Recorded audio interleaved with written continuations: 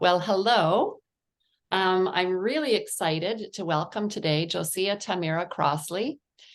She's a somatic therapist, a ritualist, and a grief tender. Josea and I met a few years back when our kids were in an outdoor nature program together.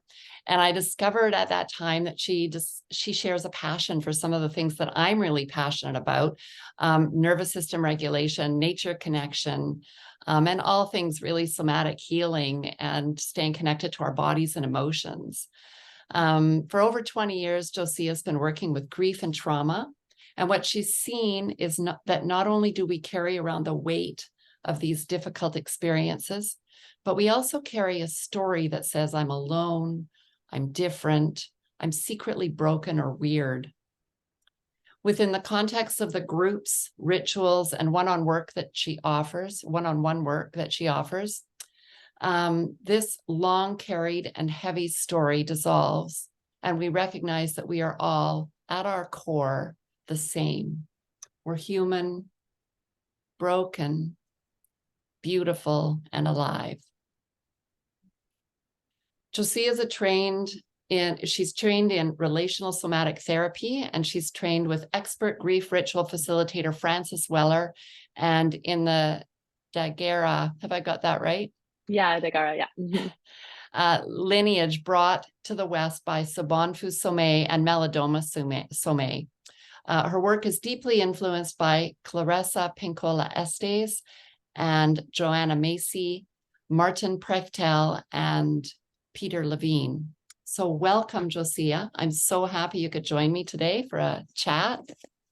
Thank you. Yeah, it's great to be here with you, Colleen. Yeah. Thanks, Josea. So let's just dive into our discussion. Parents often encounter anger in the process of parenting their kids. And, it can come in lots of forms. It can be kids having a tantrum, kids getting angry or struggling to deal with those intense emotions they have. Or it can be in the parents themselves, either kind of a lower level irritation or frustration, or maybe they can hold on to it for a long time, but then they explode. So I know that in your work that you see a link between anger and grief. Could you tell us about that? Yeah, absolutely. Well, I mean, I think a good place to start with that is the definition of grief, because I think we often think of grief as, feeling a feeling of sorrow, particularly around a loss, major loss. And the way that I see grief is that it actually can encompass all of the emotions, anger, fear, sorrow, despair, hopelessness, um, other things as well. Anything that we basically really identify with that keeps us stuck, right? And so definitely frustration and anger come underneath that definition. And really it's like it's an energy that, grief is an energy that we need to learn how to move in order to experience freedom from suffering. Right. Yeah. That makes a lot of sense. So when you're saying that there's stuckness sometimes with irritation or frustration, correct me if I'm wrong, it sounds like maybe you're talking about that feeling of you're wanting to move forward with something and you feel like something that's outside of you is blocking you. Is that totally. it? Yeah. Yeah, something like that. Or internally, I mean, it can feel like we want to feel joy, we want to feel connection with our kids, with our families, and with the world. But it's like there's something in the way of that connection. Yeah.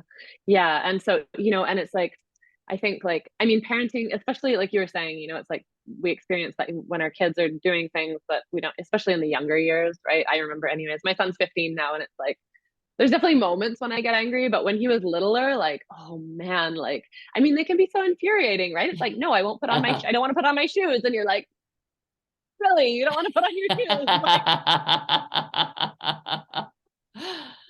Yeah, so and you're it's looking like, at the time and you've got somewhere to be and somewhere to be. And so it's like, it's like that is a natural, I think, natural part of parenting, right? Is we're going to encounter those frustrating moments, but then it's like how we deal with it. As you know, it's like how we deal with it is what makes the difference to both our own well-being and especially the well-being of our kids.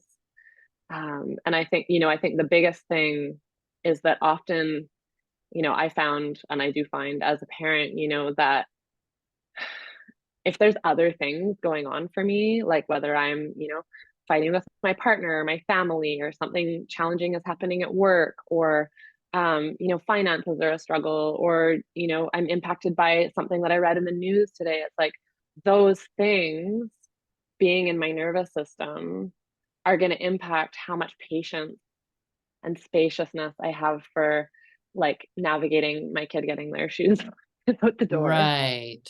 Right. Right. And Yeah. so if I don't have a place to deal with all these, other things that are happening for me, then it's going to mean that that kind of all gets like, I'm full at that point Mm-hmm. when then my kid decides to be like totally defiant, and then can end up coming out towards them. And of course this can happen in all of our relationships, but I think with our kids, it's like it's such a huge, can have such a huge impact on their development when we're Mm-hmm.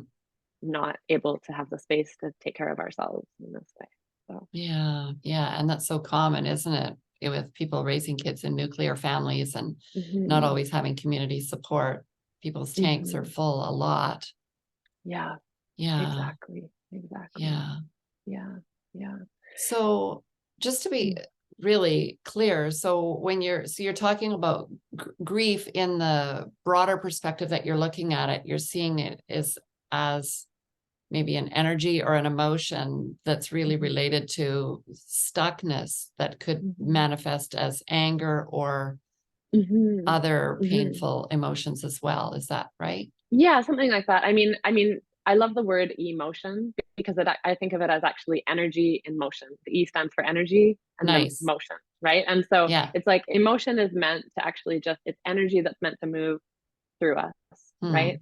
But what happens, as you know, when we have trauma, when we have grief that we're not able to tend to, is that it's not able to move through, right? It kind of gets, like we were talking about earlier, like stuck, right? Yeah. And so then it's like now we have a buildup, and then it can get triggered by, for example, kid, right? Yeah. And then it can come out in a way bigger way than is appropriate for the moment, right? Right. And I think that's what happens a lot with anger and frustration in parenting, big time. And I mean, the other really big piece to consider is that Francis Weller talks about the five gates of grief, Hmm. right? And the second gate of grief is, he calls, the places that have not known love. Aw. And Yeah. yeah, and so this is like all the parts of ourselves that, when we were little, didn't maybe get met in the best possible way that it could have, Mm. and no fault to our parents, most of them were doing the best that they could. But it's like if those places are in us are untended still, right? That, the time when Right. we were saying no about getting our shoes on, and mom or dad like totally freaked out, it's like then it's like that's gonna come up in us when Yeah. we're trying to get our kids to put their shoes on. Yes. Right, and so, and that's, I think that's the biggest thing that I really recognized in my son's development, is that, like, every phase that he would go through as he was growing up, I would encounter my own inner, like, one-year-old or two-year-old or Mm. five-year-old, right? And it's like, it wasn't easy because, I had a lot of developmental trauma growing up, and so to encounter those parts, and so that is a part of what I consider in the broader scope of grief, right? Hmm. Unprocessed grief is that gate of grief is so, so important when it comes to parenting. Yeah. Yeah. Yeah. Yeah. Mhm. Thanks for sharing that. And I really, yeah, I mean, I relate that also to that perfectionism, those parts of us that aren't, because that's what keeps us Yes. looking outside of ourselves for approval instead of really owning all of those, as you say, the parts of us that weren't met Yeah. when we Yeah. were growing up. Exactly. So we shut them down or we dissociate from them or whatever you want to call it, but we've somehow forgotten about them and lost our contact with them. Yeah. Exactly. Exactly. And it can be so easy for a parent who's stressed to create that, as it's like where, the child is just doing, trying to help even, maybe they're trying to Yeah. help and they're like, I had experiences with the kids. I remember a couple of times, like one time my mom was going to cut my hair and she left the scissors on the table and she was like, oh, I'm just going to go get something. And I'm like, Yeah. I'm going to help, cut the bangs. Right? Yeah. and like so adorable. But like, what if that, if that has an impact on, I mean, she wasn't upset about the bangs, she just thought it was hilarious. But there was another project where she was doing a sewing project and making me something. Right. And she went out to check on something outside, and I was like, she was about to make a pocket, and I was like, I'm gonna help make that pocket. I'm gonna cut a hole in that scarf. Right. And it's like, and then she got really upset when she came in, and years and years later, I was able to go back and really see like, oh wow, there was such a beautiful impulse Yeah. in that moment of like, I'm gonna help mom make this pocket, right? Mm-hmm. But it's like, when the parent has a reaction like that, it can then actually like set, like for me, for years, I was like, I can't make mistakes, no mistakes allowed, right? And Yeah. to finally get to that place of recognizing like, oh wow, like actually that impulse of trying to help, and to, these impulses that our kids naturally have and are naturally coming with, even the no, right? Even the like, no, I'm not going to put my shoes on.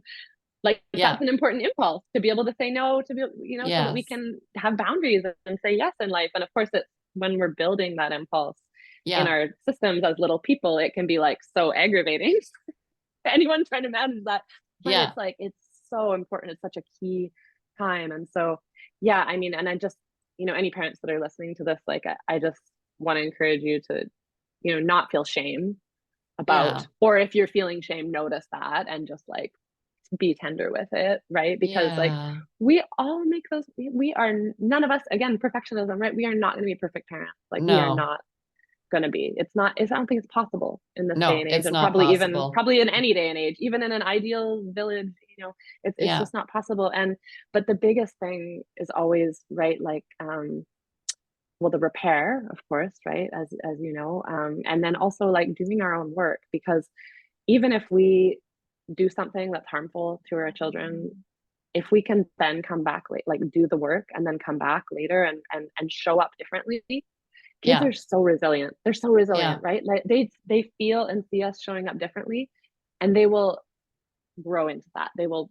Yeah. blossom into that, right? So Yeah. it's never too late. And I think even with our adult children, it's like, as parents, if we make a shift in ourselves, our kids are, if we're in touch with them, they're gonna feel that. And so Absolutely. yeah. Absolutely. And I realize that more and more as I do this work over time, that really the healing, first of all, the healing that we do as parents has an impact, even Mhm. just, without parent, going back and parenting our kids, but then the Yeah. going back and repairing, or the being in interaction and relationship with them differently as a result of the Mhm. healing that we've done is just Mhm. more icing on the cake. And it really Yeah. shifts, Mhm. it really can shift patterns quite profoundly over time, Mhm. um, in our Totally. families for future Yeah. generations. It's what I love Exactly. about Yeah. this work, Well, exactly. Yeah. And yeah, because to recognize that we're not in like an isolated, like me and my kids and my Yeah, parents, but whatever. We're in a long lineage that also carries on forward. yeah, Right. And so it's like what we're working with at this time is there's so much historical trauma, in our lineages because of just, how the world has been in the last 1,000 years.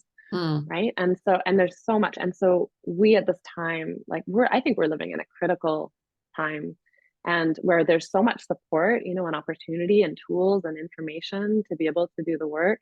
And it's also like, it's a pivotal time, like we need to shift things yeah, now for our kids and the future generations to have a future. So it's yeah, a pretty incredible blessing to be alive right now and be parenting, these yeah. I agree. Lots of opportunities, mhm, mhm, and in many ways because of yeah, the abundance that we live in, and the work and the things that our ancestors have done before us that have enabled us to be in quite a privileged time for many of us. And that's not to yeah, minimize that lots of people are still struggling financially and yeah, so on.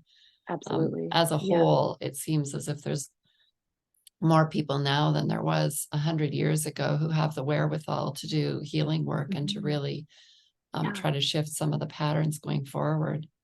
mhm, mhm, So I just exactly. so I have another question for you. I'm wondering, what are some of the ways that parents can come back to center when they're feeling Mm, charged? mm.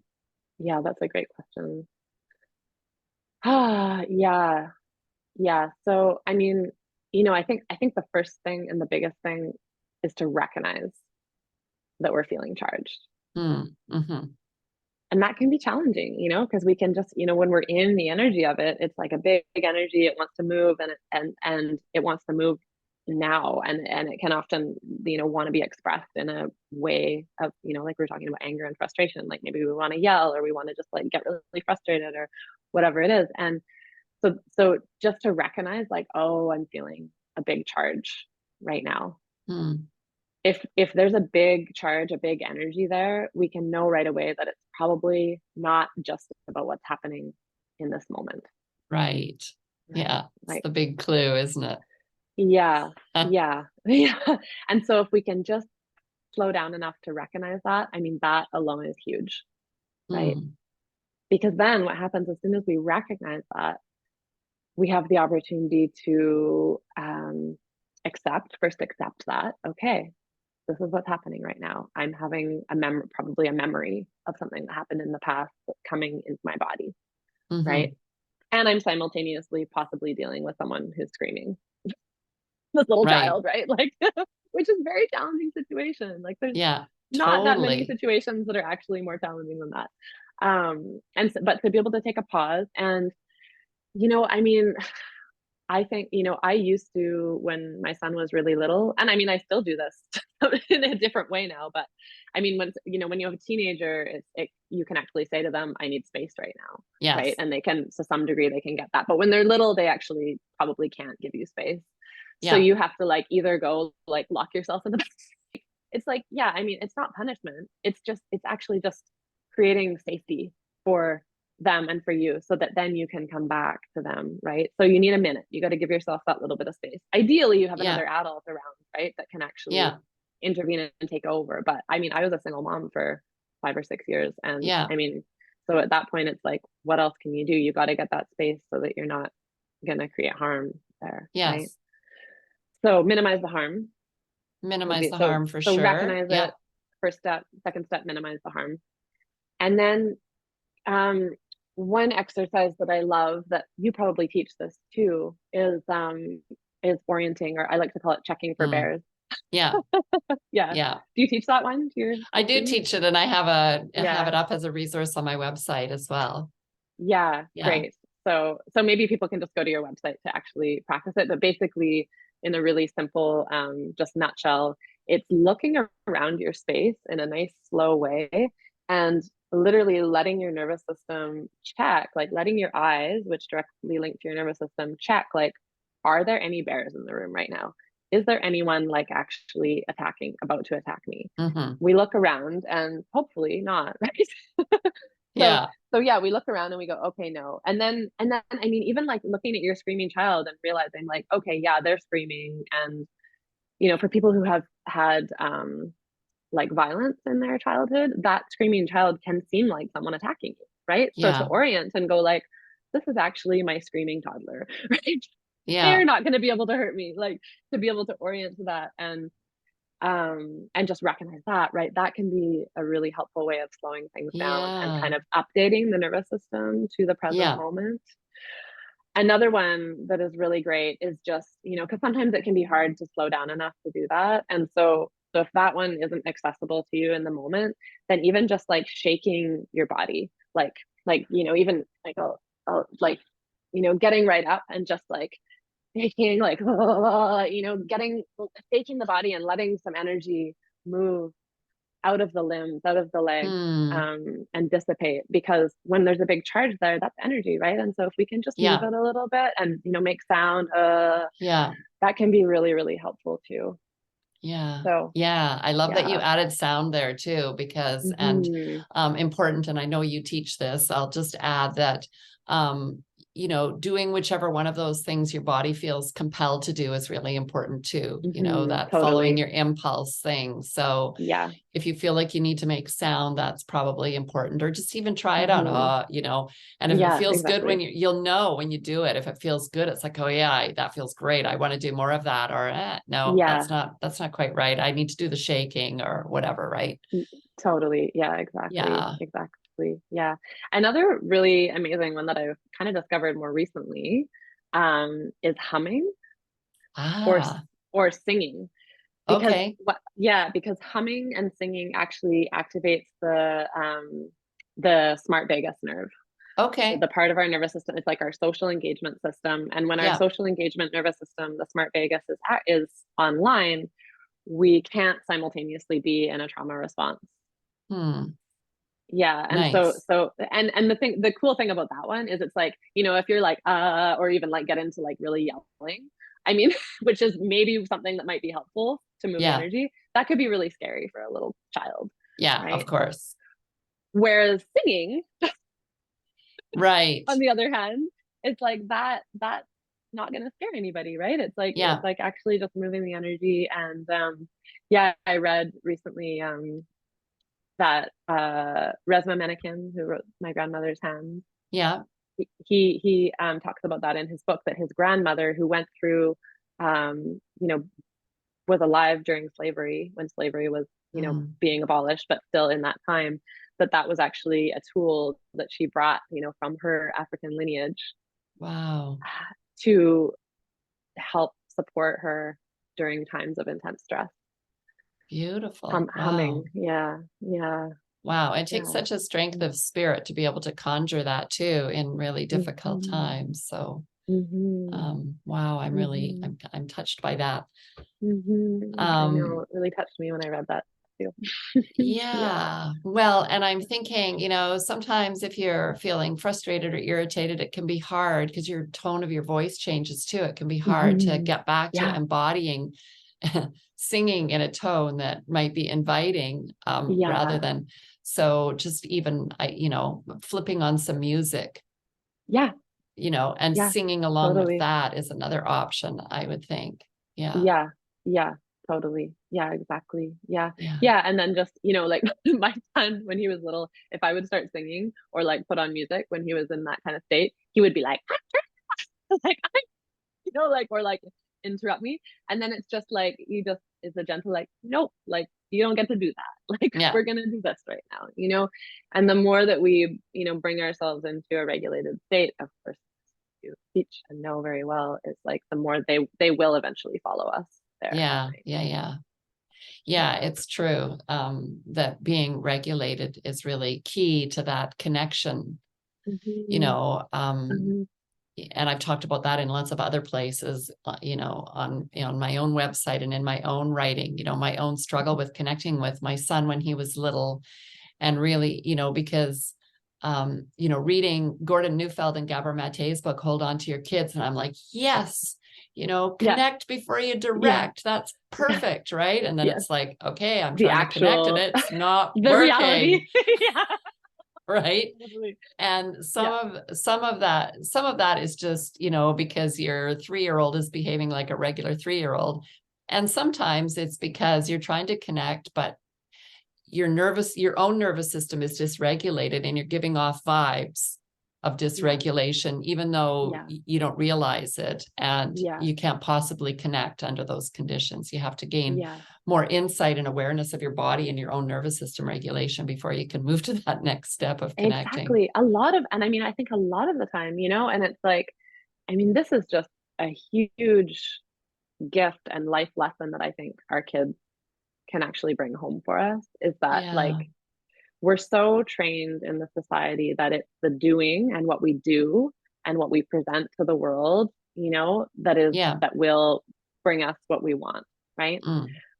But actually, and children are the perfect demonstration of this. It's like who we are being, how regulated are we? Because when we're regulated, it's like then regulation and connection is just naturally magnetized Yeah. to us, right? And it's the Absolutely. same thing with the whole world. It's like when we're in a place of regulation, even if someone is dysregulated, they're going to come into our field and they're going to get at least a little bit more regulated through Yeah. being with us. Yeah. Yeah. Yeah. That Mhm. co-regulation is happening all the time, whether we're aware of it Mhm. or not.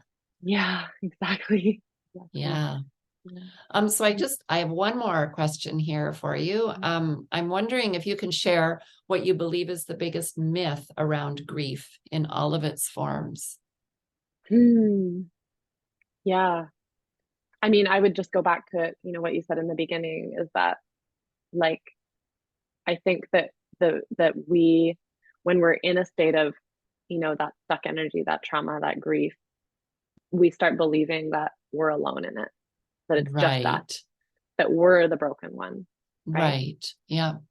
Yeah. And I mean, I think that's the biggest thing that I see in people who come into working with me and being, especially in the group work, Mm-hmm. it's like we get to see, like, oh, okay, like everybody's dealing with something. We all Mm-hmm. have grief. We all have trauma pieces that need love and attention and learning to come back into regulation. Yeah. We all have that, and because I think in the West, like our biggest block is shame, Mm-hmm. and so when we can be together and recognize that, like, yeah, we're all human, we all have this, brokenness to us, this imperfection to us, Yeah. then the shame just like dissolves, it falls away, and then we can Yeah. actually start to do the healing work, right? Right. Yeah, and then it just happens spontaneously, it happens naturally, and yeah, so it's such a gift. Nice. Yeah. And as you're talking, I'm glad you mentioned the word shame, because as you were talking at the beginning, I was thinking, yeah, I was trying to sort of get inside that feeling, that I have when I'm feeling like that. And it's like, yeah, it's like, oh, this thing where I'm feeling deficient or where I'm feeling not good Mhm, enough, mhm, and I'm not wanting to share mhm. it with anybody because it feels like it's only me that Yeah. is this deficient or this Mhm, inept mhm, or mhm, broken, as mhm. it was one of the words Totally. you And used. and and I mean, the thing is like the world will actually, if we're believing that, then the world will actually reinforce that It believing does. for us. Yeah, for sure. Because we will then, maybe we might share a little bit of our grief here and there, but it can very easily become like the looking for love in all the wrong places, right? Because Right. most people in the world, if we share our grief or our troubles with them, it will trigger them. Yeah.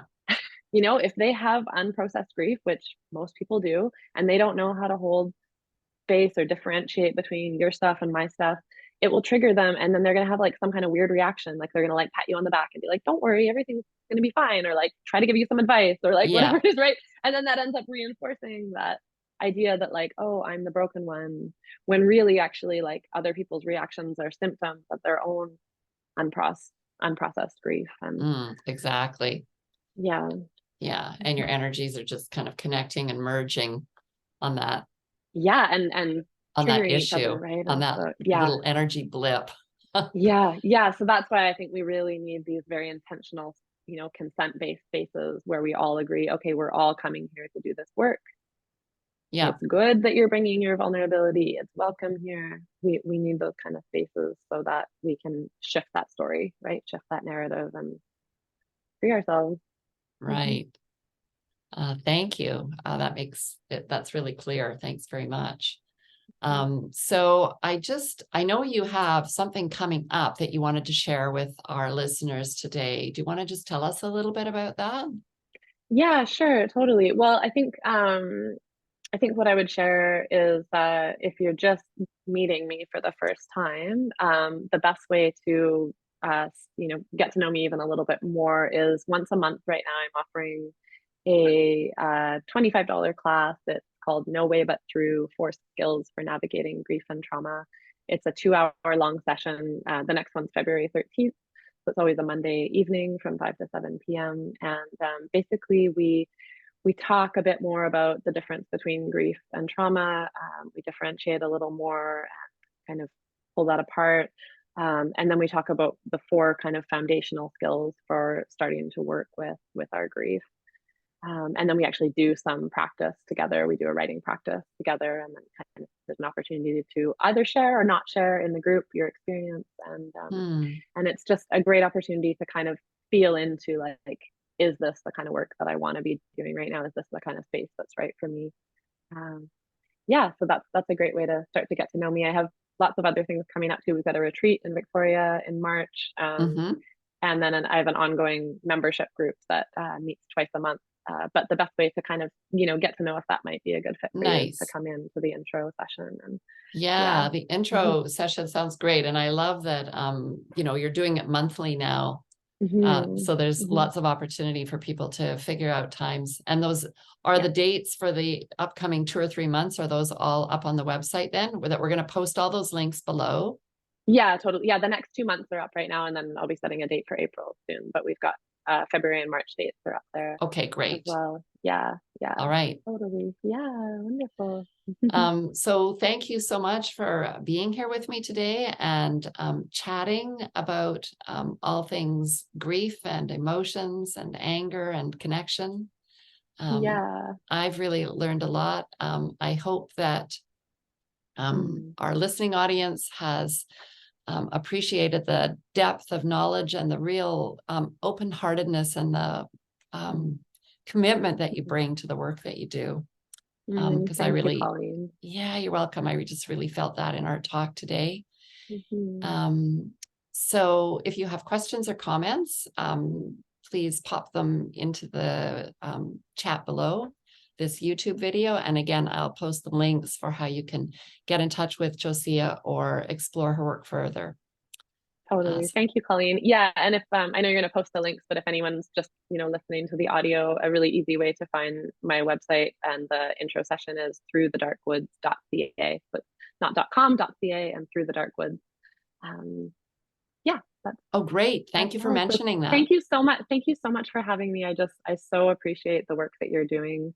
With parents. I just think it's so invaluable to have somebody out there who's supporting parents in this way, and in just the depth that you do, and this nervous system work and connection work, and just from the understanding of having come from what it is to raise a wild little boy, right, to all the way Yeah. to adulthood at this point for you. So thank you so much for having me. And Yeah, you're so welcome. It's been my pleasure. Take good care.